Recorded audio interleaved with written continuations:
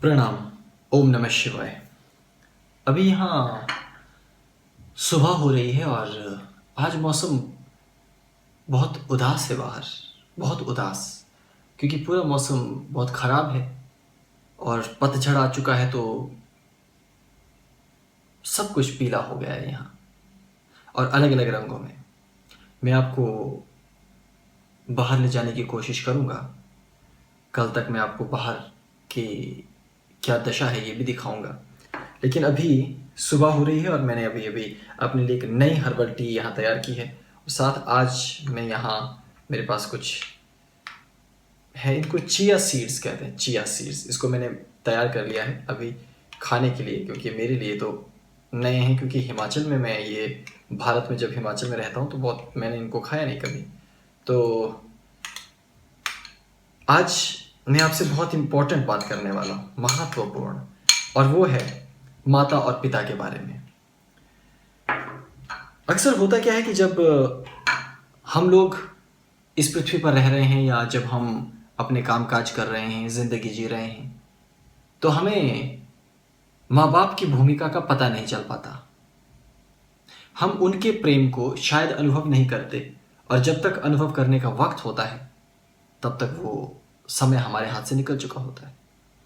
इसलिए आज मैं आपको ये बात बताना चाहता हूं कि माँ बाप होना आपके जीवन में कितना ज़रूरी है। और यदि आप खुद अच्छे पुत्र हैं, संतान के रूप में यदि आपने अपने उत्तरदायित्वों को अच्छी तरह निभाया है, तो ये बहुत बहुत अच्छी बात हो जाती है, क्योंकि भविष्य में तब आप अच्छे माँ बाप स्वयं बन पाते हैं। इसलिए पीढ़ी दर पीढ़ी माँ बाप की एक भूमिका सदा हमें इस जीवन में मिलती रही है। हाँ, ये बात ज़रूर है कि कभी कभी किसी कारण से आपके संबंध अपने माँ या अपने पिताजी से या किसी भी कारण कभी मन में कटुता आ जाती है, या हमारे स्वार्थ ऐसे रहते हैं, या आपको कभी कभी लगता है कि माँ बाप आप पर बहुत ज़्यादा बेड़ियां डाल रहे हैं, बंधन डाल रहे हैं, तो आप उनको छोड़ देना चाहते हैं। लेकिन क्या आपने कभी ये बारीकी से सोचा है कि जो आप हैं, यानी जो आप दिख रहे हैं, आपका अस्तित्व आधे से भी ज्यादा माँ बाप के द्वारा बनाया गया है। हालांकि मैं ये जानता हूं कि हम इंसान हैं। इंसान को आप जैसी भी मनोदशा, जैसी भी दिशा में रखोगे, जैसी भी परिस्थिति में रखोगे, वो वैसा बन जाता है, ढल जाता है। बहुत से ऐसे बच्चे हैं जिनको माँ बाप का सुख कभी नसीब ही नहीं हुआ, लेकिन जिंदा तो वो भी हैं, जिंदगी तो वो भी जी रहे हैं, सपने तो वो भी अपने पूरे कर रहे हैं। लेकिन फिर भी जिनके पास माँ बाप हैं, उनका सौभाग्यशाली होना वास्तव में सबके लिए बहुत प्रसन्नता की बात होती है। लगता है कि वाह, वास्तव में ये जिंदगी जी रहे हैं। भारत में जब आप पहाड़ी राज्यों में जाते हैं, मैं पूरे भारत की बात तो नहीं करता, लेकिन पहाड़ी राज्यों में अक्सर ये कहा जाता है कि माँ बाप तो यदि घर में बैठे भी रहें, यानी बूढ़े हैं, वो चल फिर नहीं सकते, कुछ भी नहीं कर सकते, केवल बैठे ही रहें, तो भी अपने आप में एक ताकत होते हैं। और ये बात सच है। मनोवैज्ञानिक दृष्टि से भी यदि आप इस दुनिया में घूम रहे हैं ना, आप निश्चिंत हैं ना, भले ही आप उनसे, माँ बाप से झगड़ा करके रूठ के कहीं दूर हों या उनके पास जाते ही नहीं हों, लेकिन आपका मन, आपका अवचेतन ये अच्छी तरह जानता है कि कहीं ना कहीं आपके माँ बाप हैं। और केवल इतना एहसास होना कि माँ बाप आपके कहीं हैं, यही आपको बहुत ऊर्जा और ताकत देता है। और जिस दिन आपके माता पिता इस पृथ्वी पर नहीं रहते, उस दिन आपको ये पता चलता है कि आप पृथ्वी पर अनाथ हो गए हो। वैसे तो हम लोग खुद नाथ हैं, नाथ पंथ को मानने वाले हैं, सिद्ध पंथ को मानने वाले हैं। अब सब अनाथों के एक ही नाथ होते हैं, और वो भोलेनाथ हैं। लेकिन फिर भी यहां मैं आपको ये समझाना चाहता हूं कि माँ बाप भी भोलेनाथ का ही अंश हैं, तो उनकी भूमिका बेहद महत्वपूर्ण है। यदि आप अपने माँ बाप को सही तरीके से नहीं समझ पाए और आपके माँ बाप ने आपको सही तरीके से तैयार नहीं किया, तो आप भी इस पृथ्वी को सही तरीके से नहीं समझ पाओगे। माँ बाप हमें बचपन से तैयार करते हैं। मैं आपको एक उदाहरण देता हूं। आज जब मैं सुबह उठा और यहाँ पानी पीने की तैयारी कर रहा था। तो आपको मालूम है कि हर रोज़ बर्तन धो धो के यहाँ हालत ख़राब थी। तो शाम को मैंने सोचा चलो खैर सुबह बर्तन धोता हूँ। तो मैंने सारे बर्तन एक जगह पर इकट्ठे कर लिए और सोचा सुबह उठूँगा। अब जब सुबह उठा, अपनी मंत्र साधना संपन्न करके ज़रा सा प्राणायाम किया और कुछ अपने लोगों को याद किया, क्योंकि ज़िंदगी लोगों की वजह से तो खूबसूरत है। आप लोगों को याद किया, क्योंकि आपकी वजह से तो मेरी ज़िंदगी आजकल बहुत अच्छी गुजर रही है। आप नहीं होते तो ज़िंदगी का आनंद कहाँ होता फिर। तो याद करने के बाद जब मैं यहाँ आया तो बर्तनों का ढेर देखकर लगा कि ठीक है, अब इनसे जूझना पड़ेगा। लेकिन न जाने क्यों आज सुबह सुबह मुझे प्यास अनुभव हो रही थी। हालांकि तापमान बहुत ठंडा है यहाँ और मौसम भी मैंने आपको बताया कि बाहर बहुत ख़राब है। तो उस समय ये कप और ये बर्तन मैंने धोए नहीं थे, तो प्यास आई तो मैं पानी पीने के लिए आगे बढ़ा। तो देखने लगा कि अरे, एक भी गिलास पानी पीने के लिए उपलब्ध नहीं है। तो अब मुझे पहले बर्तन धोना पड़ेगा, उसके बाद मैं पानी पीऊँगा। लेकिन तभी मेरी नज़र पास रखी एक कटोरी में चली गई, जो कि ये मेरे पास यहाँ पड़ी हुई है, ये देखिए, इस पर चली गई। और अचानक मुझे एक पुरानी बात याद आई जो मेरे पिताजी से जुड़ी हुई। ये काफ़ी बचपन की बात है, जब मैं अपनी उम्र को ठीक ठीक तो नहीं बता सकता, लेकिन जहाँ तक मुझे याद है मैं बेहद छोटा था और बाहर से न जाने क्या करके काफ़ी थका हुआ मैं गर्मियों के दिनों में दौड़ता हुआ पिताजी के पास आया। और पिताजी उस समय भोजन बना रहे थे और भोजन बनाते समय वो गाना गा रहे थे। अक्सर वो जब भी रसोई घर में होते, कुछ भी काम करते रहते तो गुनगुनाते रहते, कुछ न कुछ उनका चलता रहता।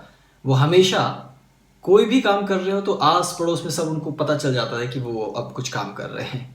तो वो कुछ गुनगुना रहे थे। अचानक मैंने कहा कि पिताजी मुझे बहुत प्यास लगी है, जल्दी से मुझे पानी दीजिए पीने के लिए। तो उन्होंने कहा कि सामने पानी की बाल्टी है, वो एक बाल्टी से रखी हुई थी, उसे ढक कर रखा हुआ था, भाई उसे खोल दो और उसमें से पानी निकाल कर तुम पी लो, वहीं पर गिलास पड़े हुए होंगे। तो वो बहुत व्यस्त थे, तो मैंने देखा कि वहाँ पानी का गिलास नहीं है। तो मैंने कहा कि यहाँ पानी का गिलास नहीं है पिताजी, मुझे पानी पीना है, मुझे गिलास चाहिए जल्दी से। तो वो व्यस्त थे, तो उन्होंने यूं ही उत्तर दे दिया चलते चलते कि अरे, किसने कहा कि पानी पीने के लिए हमेशा गिलास की जरूरत होती, कोई बर्तन तो होगा वहां। मैंने वहां ऐसी ही कटोरी पड़ी हुई थी, मैंने कहा कि हाँ, यहाँ पर एक ये कटोरी पड़ी हुई है और यहाँ गिलास नहीं है। तो उन्होंने कहा तो कटोरी में भी तो पानी पिया जा सकता है, तो कटोरी में पानी भरो और पी लो। और मुझे आज भी अच्छी तरह याद है, मेरी कुछ आदतें अभी तक सुधरी नहीं है। मैं हमेशा दो हाथों से कुछ भी पीना पसंद करता हूं, दोनों हाथों से, इस तरह से। तो मुझे उस दिन की भी याद है कि मैंने कटोरी में पानी भरा और उसके बाद दोनों हाथों से ऐसे पकड़ के उसको पीने लगा। तो आज सुबह जब अचानक मेरी नज़र यहाँ इस कटोरी पर पड़ी तो मुझे बचपन की वो याद आ गई। और आपको मालूम है, पता नहीं मैं कैसा योगी हूं, मुझे तो अपने ऊपर भी शंका होने लगती है कभी कभी कि मेरे गुरु ने मुझे योगी की उपमा कैसे दे दी। लगता है कि मन पर कभी नियंत्रण ही नहीं है, क्योंकि योगियों का तो मन वश में होना चाहिए ना, सारी इंद्रियां, सब बुद्धि। और मैं तो कभी कभी इस हृदय चक्र के साथ और कभी कभी बुद्धि चक्र के साथ खेलता रहता हूँ। लगता है कि अपनी ही माया बनाता हूँ, अपनी माया से खेलता हूँ, अपनी माया में तृप्त होता हूँ और अपनी माया से विमुख होना चाहता हूँ। मैंने उसमें पानी भरा और पिताजी की याद आई, तो आंखों में पानी छलछला आया। अचानक मैं खुद को देख रहा हूं कि ये हो क्या रहा है। और मैंने कटोरी में पानी भरा और पानी पीने के लिए कटोरी को मुंह से लगाया।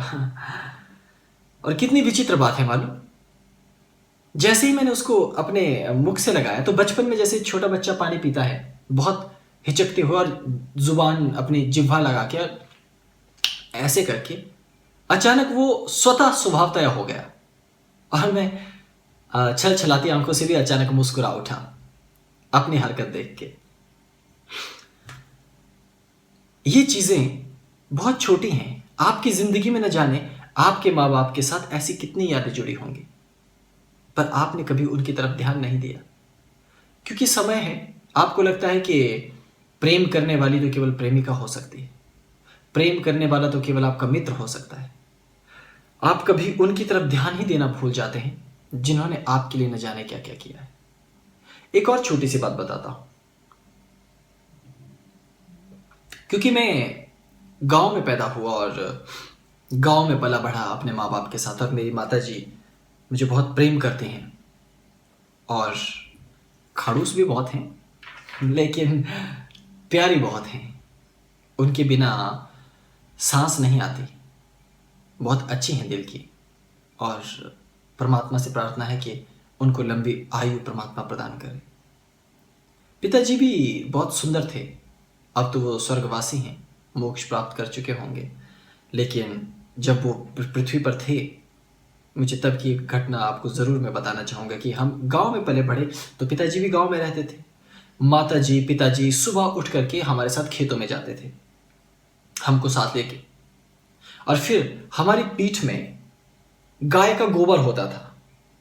पहाड़ी हिमाचल प्रदेश और पहाड़ी राज्यों में गाय का गोबर पीठ में, बांस की बनी हुई टोकरियां होती हैं बड़ी बड़ी, उसमें रस्सियां लगी होती हैं, उन टोकरियों में गोबर भर के फिर हम खेतों पर जाते थे। वहां सेब के बगीचे थे, तो सेब के चारों तरफ खुदाई करके वहां गोबर डालना होता है, तो हम गोबर डाल देते थे वहां, जो हम पीठ पर उठा कर लेकर आए हैं।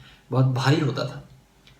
और फिर माता पिता के साथ वहाँ खेत में काम करना, खरपतवार देखना और खेतों को चारों तरफ बाड़ लगाना, इस तरह से बहुत से काम खेतों में होते रहते थे। कभी पौधों को काटना, क्योंकि जब सेब का सीजन आने लगता है तो उसकी टहनियाँ काटनी पड़ती है ना, ताकि वो अच्छी तरह से बन जाए। तो वो सब काम करने के बाद जब ज़रा से थक गए तो वहाँ नीचे, उस समय हमारे पास कुछ जानवर भी थे, जैसे कुछ भेड़ें, कुछ बकरियाँ, कुछ पालतू पशु, जैसे कि गौ माता भी थी, 2-3 गायें थी हमारे पास, 1-2 बैल थे हमारे पास। उन सबको लेकर के नीचे वहाँ पानी का एक नाला है, उस नाले के पास एक झरना है, ऊपर से बहता हुआ बहुत सुंदर सा झरना, लेकिन वो वहीं निकलता है। तो आज भी मुझे अच्छी तरह से याद है कि मैं वहाँ खेल रहा था ऊपर जैसे ज़रा, और पिताश्री नीचे जाकर के कुछ काम कर रहे थे। अचानक उन्होंने आवाज़ लगाई मुझे और कहा कि ज़रा दौड़ कर नीचे आओ। मैं छोटा था तो मुझे लगा, मैंने ऊपर से पूछा, मैंने कहा क्या आपको कुछ नई चीज़ मिली है क्या? क्योंकि उनको जब भी कुछ नया मिलता था तो मुझे बुलाते थे और दिखाते थे अपने हाथ में कि देखो आज मेरे पास ये है। जैसे कोई भी नई चीज़ है, जैसे कि मुझे याद है, जैसे ये है, देखिए, ये अब एक हल्दी की गांठ है। अब बचपन में ऐसी ऐसी चीज़ों की जानकारी नहीं होती, तो छोटी सी चीज़ भी आकर्षक लगती है। तो बच्चे को यदि आप ये बताते हैं कि ये हल्दी की गांठ है, इससे हल्दी बनती है, इसको पानी में भिगो कर रखो तो इसमें से एक पौधा निकलेगा, उसको तुम ज़मीन पे लगा सकते हो, फिर हल्दी इसके बाद तैयार होती है। हल्दी कैसे बनती है, क्योंकि बच्चा है ना, तो हर चीज़ उसको नई लगती है, तो हर चीज़ वो जानना चाहता है, दुनिया बिल्कुल नई है उसके लिए। ठीक वैसे ही जब पिताजी ने आवाज़ लगाई, मैं दौड़ता दौड़ता कूदता हुआ, क्योंकि पहाड़ है ना, ऊपर से नीचे नीचे नीचे पगडंडी और रास्ते होते हैं, कूदता कूदता हुआ सीधे उनके पास जाकर पहुंचा। तो देखा कि बहुत अजीब सा काम पिताजी कर रहे हैं। उन्होंने एक गोल सा पत्थर लिया है और उस पत्थर के बीच में छेद कर रहे हैं एक और पत्थर से। तो मैं बहुत हैरान कि अरे वाह, ये क्या कर रहे हैं, क्योंकि मेरे लिए तो एक नया खेल हो गया वो। मैं खुश हो गया कि अरे वाह, आज क्या देखने को मिलने वाला है। मैं उनसे पूछ रहा हूँ बार बार कि पिताजी आप ये क्या कर रहे हैं, लेकिन उन्होंने कहा तुम देखते रहो क्या बना रहा हूँ। फिर वो पत्थर बन गया, उसके बीच में एक छेद। फिर उन्होंने वहां पानी के झरने के पास कुछ बड़े बड़े पत्थर रख करके एक छोटा सा घर जैसा बना दिया, और एक प्लेन पत्थर लेके उसे नीचे जमीन पर रख दिया, और पास ही में जाकर एक फल लेकर आए। एक वहां एक फल था लगा हुआ एक वृक्ष का, उस फल को लेकर आए और चौड़ी चौड़ी लकड़ियों के टुकड़े उस फल के चारों तरफ ऐसे फंसा लिए, जैसे कि कोई पवन चक्की हो। आपने देखा ना पवन चक्की या पंखा, पंखे में इतने सारे पंख लगे होते हैं, वैसे पंख उस पर लगा दिए, और उसके नीचे एक छोटा सा डंडा, एक छोटा सा कांटा उसमें चुभा दिया, और ऊपर से एक लकड़ी उसमें चुभा दी। तो वो एक घूमने वाला एक डंडा बन गया, जिसको अगर आप फूंक मारे तो वो ऐसे घूमता था। और उसके बाद उन्होंने एक और पौधा वहां तोड़ा, उसके अंदर से बिल्कुल खाली था किसी पाइप की तरह, उसे तोड़कर उसे झरने के पानी से लगा दिया, और वो पानी, वो जो घर बना था एक, उस घर की तरह बना दिया। अब उसको हम लोग पहाड़ी क्षेत्रों में घराट कहते हैं, घराट जिसमें आटा पीसा जाता है, वो जो पुराने शैली के घराट होते थे, उस तरह का बनाकर उसके बीच में उसको रख दिया, उस फल को, और वो जो छेद वाला पत्थर था उसे ऊपर रखकर उसके बीच में से वो डंडा लगकर रख दिया। अब वो लकड़ी रख दी और ऊपर से पानी का जैसे ही उसमें तेज प्रवाह आया, जो पानी की फ्लो के कारण वो घूमने लग गया। और जब वो घूमने लग गया, मैं खुशी के मारे उछल पड़ा, अरे वाह क्या बात है, कितना सुंदर है ये तो, अब मैं इसके साथ खेलूंगा। पिताजी ने कहा बिल्कुल नहीं, बिल्कुल नहीं। मैंने कहा अरे आपने तो मेरे लिए बनाया ना ये, आप थोड़ी खेलेंगे इससे। पिताजी ने कहा ना, मैं ही खेलूंगा इससे। अगर तुमको चाहिए तो तुम इसको अपने लिए यहां पर एक और बनाओ। मैंने कहा मुझसे नहीं बनेगा। उन्होंने कहा कोशिश करो। क्यों नहीं बनेगा, मैं बताऊंगा कैसे बनता है। और अच्छी तरह याद है, उसके बाद मैं पत्थर लेकर आया, पत्थर ढूंढने गए, फिर पत्थर में छेद कैसे किया जाए ये देखा, फिर ये छोटा सा घर कैसे बनाना है पत्थरों से ये देखा, फिर वो पानी के लिए वो डंडा कहाँ से लेकर आए, कौन से घास को काट करके वो पाइप बनेगा, फिर कैसे, और अंततः मैंने भी एक छोटा घराट वहां बना लिया और वो भी घूमने लगा। खुशी का ठिकाना नहीं रहा। तो माता पिता से हम छोटी छोटी छोटी चीजें सीखते हैं, लेकिन जानते हैं आप, वास्तव में ये छोटी छोटी चीजें हमारा आधार तैयार करती हैं। वो आधार जिस पर आज हम मजबूती से खड़े हैं, आज हम छाती चौड़ी करके पूरी दुनिया में जा रहे हैं। किसी से भी टकरा जाते हैं, किसी से भी उलझ जाते हैं, क्योंकि चिंता ही नहीं। गांव से निकले शहरों में गए, शहरों से निकले महानगरों में गए, महानगरों से निकले पूरी देश दुनिया में घूमे। लेकिन इन सब के पीछे, हमारे इन सब कार्यों के पीछे बावजूद में उनकी ये छोटी छोटी चीजें सिखाई हुई हैं, जिन्होंने हमें प्रेरित किया, जिन्होंने हमें तैयार किया। आप भूल जाते हैं सब चीजें, क्योंकि आपको लगता है ये चीजें तो गैर जरूरी है। मैं ये नहीं जानता कि शहरों में माँ बाप किस तरह से अपने बच्चों को तैयार करते हैं। हो सकता है कि लाकर कोई वीडियो गेम दे दें, ला करके कोई कंप्यूटर दे दें या ऐसी चीजें दे दें, लेकिन मुझे नहीं लगता कि इन सब चीजों में वो गहनता है। हो सकता है, क्योंकि प्रेम तो किसी भी माध्यम से प्रवाहित होगा ना। लेकिन आपको जब स्वयं अपने माँ बाप को आप याद नहीं रख पाएंगे, तो अपने बच्चों को भी आप कुछ दे नहीं पाएंगे। मुझे याद है, मेरे पिताजी एक, जब छोटे थे, हम दो भाई थे बचपन में ही और इकट्ठे रहा करते थे, तो बारी बारी हमको सुलाने के लिए भी लोरी सुनाया करते थे। तो हमको कहा करते थे कि सीख लो, लोरी सीख लो, जब तुम बड़े हो जाओगे तो तुम्हारे बच्चे होंगे, तब उनको भी तो लोरी सुनानी पड़ेगी, वरना वो सोएंगे नहीं और तुम फिर कैसे उनको देखोगे। तो बचपन से ही एक बात मन में घर कर गई थी कि हाँ, लोरी सीख कर रखनी है, क्योंकि बड़े होकर हमारे बच्चे होंगे तो बच्चों को सुनानी पड़ेगी लोरी। और फिर जब हम कहानी सुनते थे, वो कोई भी कहानी सुना देते थे कि एक बार एक जंगल में एक कौवा था। अब हर बार एक ही जंगल होता था, उसमें एक कौवा जरूर होता था, और कोई गीदड़ होता था, कोई खरगोश होता था, कुछ न कुछ कहानी तो जरूर होती थी। हम उसको सुनते थे बहुत गौर से, और झगड़ा कि आप हमें कहानी सुनाओ वरना हम सोने वाले नहीं हैं। तो जब वो कहानी खत्म करते थे, फिर कहते थे याद रखना, ये कहानी जब तुम्हारे बच्चे होंगे उनको भी सुनानी पड़ेगी, इसलिए अच्छी तरह सुनकर रखना। तो एक तरह से वो आपकी मनोदशा भी साथ साथ तैयार करते रहते हैं माँ बाप, कि आपको भी बड़े होकर संतान उत्पत्ति करनी है, आपको भी वंश को आगे बढ़ाना है, और जब आप आगे बढ़ाओगे तो ये चीजें आपको उनको भी देनी है। ये भारत की एक परंपरा रही, और ये शायद विश्व के अनेक देशों में है, और अलग अलग तरीकों से ही चलती है। तो माँ बाप सूक्ष्म में ही, अनजाने में ही आपको तैयार करते हैं। और जिन देशों में बच्चे अब शादी विवाह नहीं कर पा रहे, आपको मालूम है, वहां कभी भी माँ बाप ने अपने बच्चों को बचपन से इस तरह से नहीं कहा शादी ब्याह के लिए। इसलिए बड़े होकर उनको लगता है कि ये कोई गैर जरूरी चीज है, इसकी बहुत ज्यादा जरूरत है नहीं। और वैसे भी अगर आप सोचें तो गैर जरूरी तो लगती भी है, क्योंकि यदि आपको शास्त्र, शादी विवाह, गृहस्थी, समाज, परिवार, इसके संबंध में ज्ञान नहीं देता, और आप कोई शास्त्र पढ़ते नहीं, आपके पास कोई योग्य गुरु नहीं, तो आप सीधे वानप्रस्थी में जाना चाहेंगे, सब कुछ छोड़ छाड़ के परम योगी हो जाना चाहोगे। जबकि योगी होने का विवाह करने से, संतान उत्पत्ति करने से, या खाना खाने से, या घूमने से, इन सब से कोई लेना देना नहीं है। योगी तो कोई भी हो सकता है। खैर, मैं मुख्य बिंदु पर रहूंगा। तो माँ बाप इस तरह से तराशते हैं। मेरी माँ जब भी मुझे कहानियां सुनाती हैं, तो माता जी का तो बस एक ही तरीका है, जब भी उनकी कहानी होती है उसमें कोई खजाना जरूर होता है, कि वहां उनको बहुत पैसे मिल गए, बहुत खजाना मिल गया, और वहां गुफा निकली। गुफा में इतने सोना चांदी हीरे मोती थे कि पूछो मत, सब जगह चमक रहा था सब कुछ।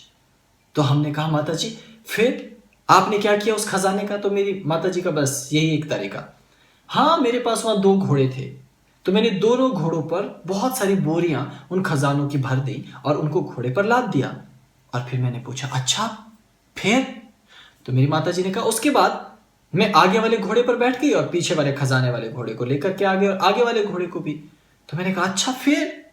तो उन्होंने कहा कि जब मैं यहां आ रही थी हमारे गांव के नजदीक, तुमको मालूम है ना नीचे नदी है। मैंने कहा हाँ बिल्कुल अच्छी तरह। तो वहां जहां अब नया बड़ा पुल बना है, वहां पर उस समय बड़ा पुल नहीं होता था, एक लकड़ी का छोटा पुल था। मैंने कहा अच्छा फिर? तो मैं अपने घोड़ों के साथ तेजी से आ रही थी, टिक टिक टिक टिक टिक टिक टिक टिक, और मैं गौर से सुन रहा। अच्छा फिर? और फिर क्या? घोड़े इतनी तेजी से चल रहे थे, मैं भी तेजी से घोड़ा चला रही थी। अचानक वो पुल तो कमजोर था क्योंकि पानी उस पर गिरता है सर्दियों में भी गर्मियों में भी, तो लकड़ी सड़ गई थी। तो जो हम तेजी से आए, अचानक जैसे ही मैं पुल के बीच में पहुंची, तो तुम्हें पता है क्या हुआ? मैंने कहा क्या? उन्होंने कहा पुल टूट गया और दोनों घोड़े पानी में गिर गए। मैंने कहा फिर? उन्होंने कहा तो क्या, घोड़े तो तैर के उस पार निकल गए, लेकिन वो जो उनकी पीठ में खजाने की बोरियां थी वो नदी में बह गई। मैंने कहा लो जी, आज तक कमबख्त इसी वजह से कंगाली पड़ी हुई है घर में क्योंकि माता जी के घोड़े जितनी बार आए, सारा खजाना वो हमेशा नदी में ही बहा, कभी वो घर तक पहुंचा ही नहीं। तो ये कहानी बताने के उनकी अंदाज और छोटी छोटी बातें, मैंने अच्छी तरह मुझे याद है कि मेरी माता जी पहली बार एक बड़ा नींबू लेकर आई। आपने देखा होगा उसको गलगल कहते हैं, इतना बड़ा नींबू। तो उसके बाहर छिलके होते हैं। तो मेरी माँ के हाथ में वो था, बचपन की याद है मुझे। हम अपने नाना जी के घर गए हुए थे, तो वहां बहुत सारे इस तरह के फल लगे हुए थे, अलग अलग तरह के। तो वो लेकर आई, उन्होंने बाहर का छिलका निकाला उसका, और फिर एक छिलका खा लिया, क्योंकि मुझे मालूम था कि ये खाने को अच्छा नहीं होता है ये छिलका नींबू का। तो ये क्यों खा रही है? तो मैंने भी एक छिलके का टुकड़ा उठाया और उसे चबा कर देखा, अरे वो तो स्वादिष्ट था। तो पता चला कि इस नींबू और उस नींबू में अंतर है। और उनको देखा मैंने कि उन्होंने किस तरह से इसको निकाला। और उसके बाद जब माता जी चली गई तो चुपचाप गया वहां वृक्ष के पास, मुश्किल से ऊपर चढ़ा, और वो इतना मजबूत था कि आसानी से टूट नहीं रहा था। पूरा जोर लगाकर घुमा घुमा कर उसे तोड़ा और फिर लाकर उसका छिलका निकालने की कोशिश करने लगा, लेकिन उंगलियां छोटी थी तो साथ नहीं दे रही थी। बहुत मुश्किल से उसका छिलका निकाला और छिलके को चबा कर देखा, वो हल्का मीठा छिलका था। तो जैसे जैसे माँ बाप काम करते हैं, यदि आप अपने बच्चों को वहां रखते हैं तो वो आपको देखकर चीजें बारीकी से सीखते हैं। इसलिए बच्चों को कभी बिगाड़ना नहीं चाहिए। मैंने देखा है कि एक और लड़का मेरे पड़ोस में रहता था, वो बहुत गुस्सैल था, बहुत ज्यादा गुस्सैल। उनके पिताजी वहां काम करते थे और वो नौकरी के सिलसिले में वहां आए थे, और मुझे ये लड़का बिल्कुल पसंद नहीं रहा कभी भी। और उसका कारण उनके माँ बाप थे, क्योंकि हमेशा उनके माँ बाप एक बात दोहराते रहते थे, आपने देखा ये बेटा हमारा, ये बहुत गुस्सैल है जी, ये तो चीजें पटक देता है, तोड़ देता है, इसे तो किसी चीज की परवाह है ही नहीं, और ये तो बहुत बिगड़ैल है। और आप सच मानेंगे कि वो बच्चा वैसा ही हो गया था। कोई भी घर पे आता तो उत्पात मचा देता, तोड़ देता, फेंक देता सब कुछ। जबकि हमारे माँ बाप अलग थे, वो कहते थे कि हमारे बच्चे अच्छे हैं, ये बिल्कुल गंदी हरकतें नहीं करते, ये गंदी बात नहीं करते, ये चुप रहते हैं, और देखना हमारा बेटा कितना अच्छा है, ये चुप रहता है। अब हम बेचारे झूठी तारीफ के चक्कर में चुप रहना पड़ता था, और पता नहीं चला, हम बचपन से बुद्धू थे ना, उतने ज्यादा चालाक थे नहीं, तो लगता था हाँ माँ बाप तारीफ कर रहे हैं, देखिए कितनी अच्छी बात है, तो हम फिर चुप रहने लग गए। दरअसल वो एक भाव भूमि का निर्माण करते हैं माँ बाप। इसलिए जब आपके माँ बाप आपको चीजें सिखाते हैं, उनको गौर से सीखना चाहिए। लेकिन माँ बाप को यह बात याद रखनी चाहिए कि वो ऐसी चीजें बच्चों को ना सिखाते चले जाएं जिससे उनका चरित्र, उनका सोचने का तरीका, समाज के प्रति व्यवहार और अभिमान, अहंकार, ये सब चीजें आ जाए। क्योंकि आदमी को अहंकार कहीं का नहीं छोड़ता। मुझे अच्छी तरह से याद है कि मैं और मेरा भाई, हम एक पेड़ पर चढ़ करके बार बार वहां से कूदते थे नीचे को। तो मैं एक बार कूदा, फिर वो 2 बार कूदा, 3 बार कूदा, 4 बार कूदा, तो हमें आदत पड़ गई खेतों में जाना और वहां पर फिसलना। मिट्टी थी, मिट्टी जब गीली होती है तो उस पर कीचड़ पर फिसलते हुए जाना। तो एक बार मैं और मेरा छोटा भाई वहां, मक्की का खेत था, तो मक्का हमने काट लिया था, तो मक्का के डंठल बचे होते हैं ऐसे, तो उसको दरार से काटा गया था और दरांती से काटा गया था, इसलिए वो तिरछे होने के कारण उस पर एक नोक बन गई थी, तिरछी कटी हुई नोक। और मैं और मेरे छोटे भाई हम दोनों वहां खेल रहे थे। तो पहले मैं आगे गया और नीचे उतर आया सीधी तरह, फिर मेरे छोटे भाई वो खेलने लग गए और फिर वो आ गए, फिर इस तरह से बार बार। तो मुझे अहंकार हो गया कि देखो मैं किससे अपने छोटे भाई से आगे जा सकता हूं, लेकिन छोटे भाई भी मेरे कम थोड़ी थे, बचपन से कांटे की टक्कर देते थे। उन्होंने कहा ठीक अब मैं करता हूं, फिर वो भी करने लग गए। अब मेरा अहंकार को चोट, अरे अब मैं तो आगे नहीं बढ़ पा रहा। फिर मेरा छोटा छोटा भाई, अब उनके अंदर भी अहंकार आने लग गया। ये अहंकार बड़ी बुरी चीज।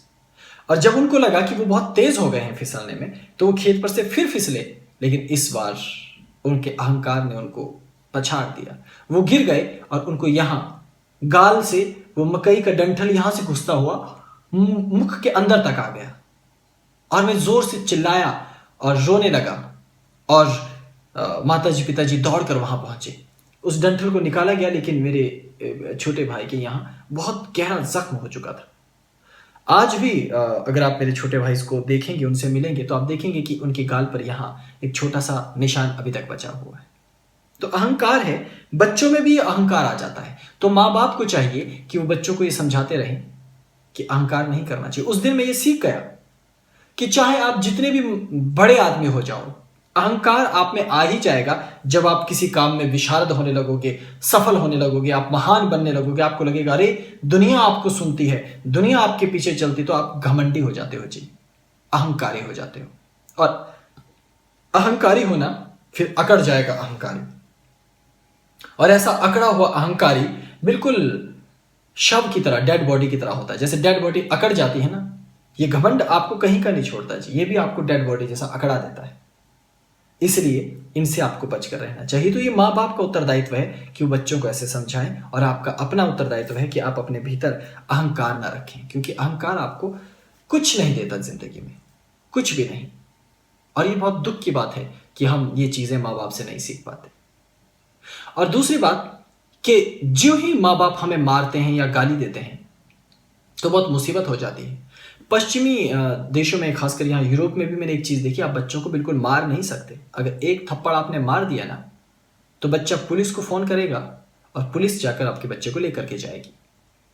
लेकिन भारत में, मैं तो आज भी इतना बड़ा हो गया हूं, मेरी माँ आज भी मुझे थप्पड़ मार दें तो हिम्मत नहीं पड़ेगी, चुपचाप नीचे हाथ जोड़ के बैठना पड़ेगा।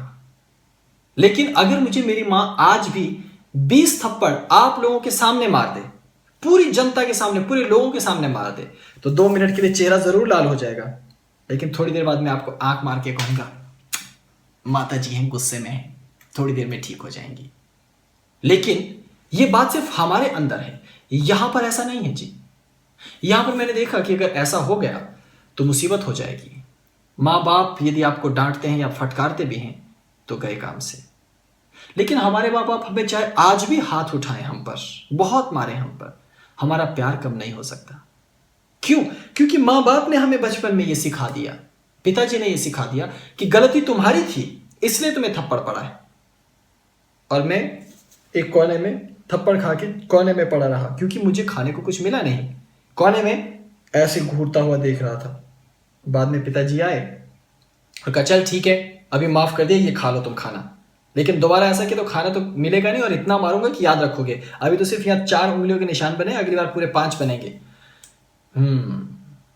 और फिर बाद में पिताजी ने समझाया कि देखो हम तुमसे बहुत प्यार करते हैं, लेकिन गलत करोगे तो मार भी खानी पड़ेगी, क्योंकि दोनों ही चीजें जरूरी है तुम्हारे लिए। और बात भी सही है, माँ बाप ने जितना मारा हो, लेकिन यकीन मानिए आज उनके लिए आंखों में आंसू ही हैं। आज मैं अपने माँ बाप के बिना रह नहीं पाता। मैं कुछ वर्षों पूर्व से माता और पिता के साथ सानिध्य में लगातार उनके पास रहा, केवल इसलिए कि मैं उनकी ढलती उम्र में लगातार उनकी सेवा में रहूं। हालांकि मेरे पिताजी ने मुझे बहुत अधिक मौका नहीं दिया, लेकिन फिर भी मैं खुश हूं, क्योंकि उनके जीवन के आखिरी वर्षों में मैं जी भर के उनके साथ रहा। मैं उनके साथ नाचा जी भर के। दुनिया भर की वीडियोस अवेलेबल होंगे, आप लोग देखेंगे उनको भविष्य में भी। उनके साथ पहाड़ों पे गया, उनको साथ लेकर गया, उनके साथ खूब झगड़ा करता था और उनके साथ खूब बातें करता था, नई नई योजनाएं बनाता था। घर का काम कर रहे थे तो घर का काम करने के लिए उनके साथ ईंटें उठा रहा था, और लकड़ी को पॉलिश करना है तो मुझे तो पता नहीं कि लकड़ी को पॉलिश कैसे करना, लेकिन माँ बाप हमारे बहुत मेहनती हैं तो उन्होंने बताया ऐसे पॉलिश करते हैं। तो बैठ गया वहां, घस रहा हूं एक एक चीज को, उस पर पॉलिश कर रहा हूं, रंग लगा रहा हूं। हालांकि मेरे पास ये सब करने का समय नहीं था, लेकिन इसलिए कर रहा था क्योंकि माँ बाप को अनुभव करना है, उनके प्यार को अनुभव करना है कि कितनी छोटी छोटी चीजों में वो आपको क्या क्या दे रहे हैं। और हमेशा जब भी मैं कहीं जाता तो मेरे साथ जो साधक होते, भैरव भैरवी, उनको मेरे पिताजी का फोन आता कि तुरंत बात करवाओ। मैं बात करता तो मेरे पिताजी मुझसे बचपन से ही हर एक चीज पूछा करते थे, हाँ अभी क्या कर रहे हो, कहाँ जा रहे हो, क्या कर रहे हो। तो ये आदत मुझे इस तरह से मेरे अंदर पनप गई कि इतना बड़ा मैं हो गया, सब कुछ पिताजी को बता देता था, सब कुछ। मेरी जिंदगी में कोई राज ऐसा नहीं है जो मेरे माता पिता को पता नहीं। यहां तक कि मैंने कुछ मुझसे गलतियां भी हो गई तो भी मैंने सबसे पहले पिताजी को फोन किया और उनको कहा कि मैं आपसे बहुत दूर हूं पिताजी, लेकिन मुझसे ये हो गया। गालियां पड़ी, लेकिन सच बताऊं, उफ, तब तक तो मैं चुप रहा, सुनता रहा कि क्या बोल रहे हैं। लेकिन उसके बाद दिल इतना हल्का हो गया कि लगा कि बस अब मैंने अपना अपराध भगवान को बता दिया है। अब चिंता मुझे है नहीं, निश्चित अब खूब मस्ती करो। ये माँ बाप की भूमिका है। और कभी कभी मजबूत से मजबूत व्यक्ति कमजोर हो जाता है। मैं दिल्ली में समाचार चैनल्स पर कुछ कार्यक्रम कर रहा, मेरे साथ एक बहुत विचित्र सी घटना तब हुई थी। मैं आपको भविष्य में कभी समय लगेगा तो बताऊंगा कि वो क्या बड़ी घटना थी, लेकिन संक्षिप्त में ये बताता हूं कि समाचार चैनलों में काम करने की वजह से उस महीने मेरे पास तकरीबन 1 लाख से ज्यादा की धनराशि मुझे मिली थी। लेकिन कुछ ऐसा हुआ कि मैंने वो सारे पैसे निकालकर एक अनाथ आश्रम को दिल्ली में दे दिए, पूरे के पूरे पैसे निकाल कर दे दिए, क्योंकि मैं उस दिन बहुत दुखी था, क्योंकि कुछ ऐसी घटना घटी थी। खैर वो मैं जिक्र नहीं अभी करना चाहूंगा। तो मैं बहुत उदास था, तो मैंने पैसे तो दे दिए, लेकिन शाम को मुझे याद आया कि मैंने सारे के सारे पैसे दे दिए हैं और मेरे पास खाना खाने के लिए भी अब पैसे नहीं बचे। तो सोचा माँ बाप से तो मांगूंगा नहीं, इतने लंबे समय से मैं काफी बचपन से अपना खर्च उठाने लग गया था और माँ बाप पर आश्रित नहीं था। लेकिन फिर भी अब कहूं तो कहूं किसको। अब बहुत दुख और तकलीफ की बात, और मुझे ज्यादा पैसे नहीं चाहिए थे। अगर मुझे 1,000 रुपए भी मिल जाते तो कुछ दिनों तक मेरा खर्च उससे निकल जाता। मुझे तो रोटी ही खानी थी ना, मुझे इसके सिवाय तो कोई चीज चाहिए नहीं। थोड़ा सा भोजन, वो भी मुझे अभी भी याद है कि दिल्ली में जब मैं रहा तो मेरे पास पानी की एक बोतल होती थी और एक बोतल से मेरा 1 हफ्ता निकल जाता था। मैं उस पानी को पी करके अपना पूरा समय मेरा निकल जाता था। तो 1,000 रुपए की जरूरत थी। लेकिन अब कहूंगा कैसे, मांगू किससे। अब बहुत परेशान था, तो सोचता रहा लेकिन हिम्मत नहीं पड़ी। रात को करीब 12 बजे के करीब, 12, साढ़े 12 बजे, 1 बजे के करीब मैंने पिताजी को फोन किया। वो सो रहे थे, उन्होंने फोन उठाया तो मैंने उनसे कहा कि पिताजी आप ठीक हैं? उन्होंने कहा हाँ ठीक है, लेकिन इतनी रात को तुमने फोन क्यों किया? मैंने कहा नहीं, बस ऐसे ही, मैं अभी फ्री था, मैंने सोचा आपसे बात कर लूं। लेकिन माँ बाप होते हैं जी। उन्होंने कहा कि चुपचाप बता दो मामला क्या है और क्या समस्या क्या है तुम्हें। अब उस घटना की वजह से मैं बहुत दुखी था। अचानक मेरी आंखों में आंसू आ गए और मैं रोने लग गया। ये अभी की बात है जनाब, मैं बहुत पुरानी बातें नहीं कर रहा हूँ। 2, 4, 5 साल भी इस घटना को अभी हुए नहीं। और पिताजी कहने लगे लो जी देखो, ये हैं कुलांतक पीठ के महान योगी, और जिनको लोग कहते हैं हठ योगी, और जो हिमालय पे रहते हैं बर्फ में नंगे नंगे, है ना, कपड़े भी जो नहीं पहनते घर में, जिनको कहा जाए खाना खा लो तो 3-3, 4-4 महीने भूखे रहते हैं। अब ये रो रहे हैं। अब मैं क्या बताऊं कि मैं क्यों रो रहा हूं। ऐसा नहीं कि मेरे जीवन में कोई कमी है या कुछ मुझे चाहिए, लेकिन वो घटना इतनी हृदय विदारक थी कि मुझे नींद नहीं आ पा रही थी, और ऊपर से पैसे मेरे पास थे नहीं। फिर उन्होंने कहा कि क्या हुआ? मैंने कहा मुझे पैसे चाहिए। उन्होंने कहा कितने? मैंने कहा 1,000 रुपए। वो हंसने लगे। उन्होंने कहा चुपचाप बताओ कि मामला क्या है। 1,000 रुपए के लिए तो तुम रोने वाले हो नहीं, और 1,000 रुपए के लिए तुम मुझे भी फोन करने वाले नहीं हो, मामला क्या है? तो जो भी घटना मेरे साथ बीती थी अनाथ आश्रम में, वो सारी मैंने पिताजी को बता दी। तो पिताजी ने कहा कि ठीक है, लेकिन तुम पैसे देते तो कम से कम 1,000-2,000 तो अपने पास रख लेते।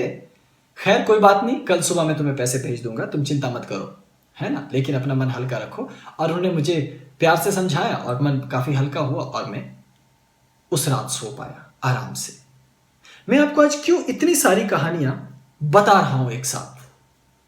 आपको यह बताना चाहता हूं कि ये कहानियां नहीं है जी, ये कोई किस्से नहीं है, ये आपकी और हमारी जिंदगी की जुड़ी हुई वो घटनाएं हैं जिससे आज आप इस ईशपुत्र को देख रहे हैं, इस कोलांतकनाथ को, इस सत्येंद्रनाथ को, कोई भी नाम दे दो इसको, क्योंकि मुझे नहीं मालूम, हजारों लोग हैं मुझे अलग अलग नामों से पुकारते हैं। आप किसी भी नाम से मुझे पुकारो, लेकिन मेरे इस अस्तित्व को बनाने के पीछे मेरे गुरुओं के साथ साथ, महा हिमालय के साथ साथ, मेरी परंपराओं, मेरे देश के लोगों के साथ साथ, मेरी परिवेश, मेरे शिक्षकों के साथ साथ सबसे महत्वपूर्ण भूमिका मेरे माता और पिता की है।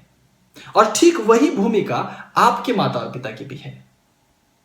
लेकिन जब आपने ये सब चीजें सीखी हैं, तब आपका ये कर्तव्य बनता है कि जब आपकी वो परिस्थिति आए, जब आप संतान उत्पत्ति करने लगें, तो उससे पहले कृपया अपनी तरफ एक बार झांक कर ये देखना जरूरी है कि क्या आप माता पिता बनने के लायक हुए हैं या नहीं। ऐसा नहीं कि शादी कर ली है, अब किसी ने कहा बच्चे पैदा करने तो कर लिए जी। जब तक आपकी अंतरात्मा ना कहे कि आपको संतान चाहिए, संतान उत्पत्ति मत करना, क्योंकि संतान तब करना जब आप बड़े हो जाएं, जब आप में दूसरों के प्रति जीने की भावना पैदा हो जाए, जब आप अपने दिल के टुकड़े को, एक छोटे से बच्चे को जब आप पैदा करते हो, उसको एक सुंदर संसार दे सके। सुंदर संसार पैसा नहीं है, सुंदर संसार बड़ी बिल्डिंग नहीं है, सुंदर संसार बड़ी सिटी में पैदा होकर उसको बड़े स्कूल में डालना नहीं है। ये मूर्खताएं हैं, बेवकूफियां हैं। ये सुंदर जिंदगी है कि आप अपने बच्चे को लेकर सागर के किनारे जा सकते हो, उसे दिखा सकते हो, देखो मुन्ना, ये सुंदर जो लहरें आ रही हैं, ये समुद्र की लहरें। क्या आप अपनी छोटी मुन्नी को लेकर छत पर जा सकते हैं और उसको ऊंचे पहाड़ पर ले जाकर दिखा सकते हैं कि देखो मुन्नी, ये जो आसमान में तुम्हें सितारे देख रहे हैं, ये सप्तऋषि हैं। इनको 7 सिस्टर्स भी कुछ लोग कहते हैं। और ये देखो कितना सुंदर आसमान है, और ये देखो कैसे एक छोटा सा पक्षी उड़ रहा है। देखो आओ मैं तुम्हें बताता हूं कि ये बीज कैसे उगाए जाते हैं, और देखना 4-5 दिन में से इसमें से नया पौधा निकलेगा। तो कितने उत्सुकता से बच्चे उसे देखते हैं। तो यदि आप में ये गुण नहीं है, यदि आप अपने बच्चों को संगीत, नृत्य, ललित कलाएं, हास परिहास, ये सब चीजें नहीं सिखा सकते, उनको कहानियां नहीं सुना सकते, उनका साहित्यिक विकास नहीं कर सकते, उनको अपने देश, अपने विश्व के प्रति नहीं बता सकते, अलग अलग धर्मों और मान्यताओं के बारे में नहीं बता सकते, नास्तिकता क्या होती है, आस्तिकता क्या होती है, सब के बारे में नहीं बता सकते, तो आप झूठे हो जी। जैसे भारत में बहुत सारे माँ बाप सिर्फ आस्तिकता के बारे में बताते हैं, तो बच्चे नास्तिकता को नहीं जानते, तो ऐसे माँ बाप भी दुष्ट ही हैं। और यहां विदेशों में ऐसे माँ बाप महादुष्ट हैं जिनको जरा सा भी वो बच्चे को धर्म का नाम भी सुनने नहीं देंगे। जरा भी सुन लिया तो बगावत, बच्चे को डांटना शुरू। ठीक, ये भी महादुष्ट है, क्योंकि कुछ छुपाना नहीं है, सब कुछ उसको बताना है, जितना आप उसको बता सकते हैं, और खुद उसके साथ जाकर जिंदगी को जीना है, एक बार फिर बच्चे होकर। पानी कैसे बहता है झरने में, अपना हाथ डालिए झरने में और बच्चे को भी कहिए डालिए। घूमने जाइए, उसको उंगली पकड़कर अपने साथ घुमाने ले जाइए। आज मेरे पिताजी पृथ्वी पर नहीं है, लेकिन उनके साथ घूमे हुए हर पल मुझे याद है। उनके कंधों पर जब टांग रखकर मैं चलता था और वो मुझे लेकर जाते थे और मुझे कहते थे कि देखो यहाँ सेब का पेड़ है ना, पकड़ो पकड़ो पकड़ो इसे, तोड़ो तोड़ो इसे। तो मैं अपना हाथ उठाकर उसको तोड़ने की कोशिश करता था, नहीं पहुंचता तो पिताजी उछलते थे। फिर मैं पकड़ने की कोशिश करता था, हाथ से फिसल जाता था, लेकिन फिर उसे तोड़ता था। घटनाएं ऊपर से देखने पर बहुत मोटी हैं जी, बहुत लगेगा कि ये तो आम चीजें हैं, इसमें अध्यात्म कहाँ है, इसमें विकास कहाँ है, इसमें वो बात कहाँ, वो रहस्य कहाँ छुपा है जो हमको कुछ बना देगा जिंदगी में।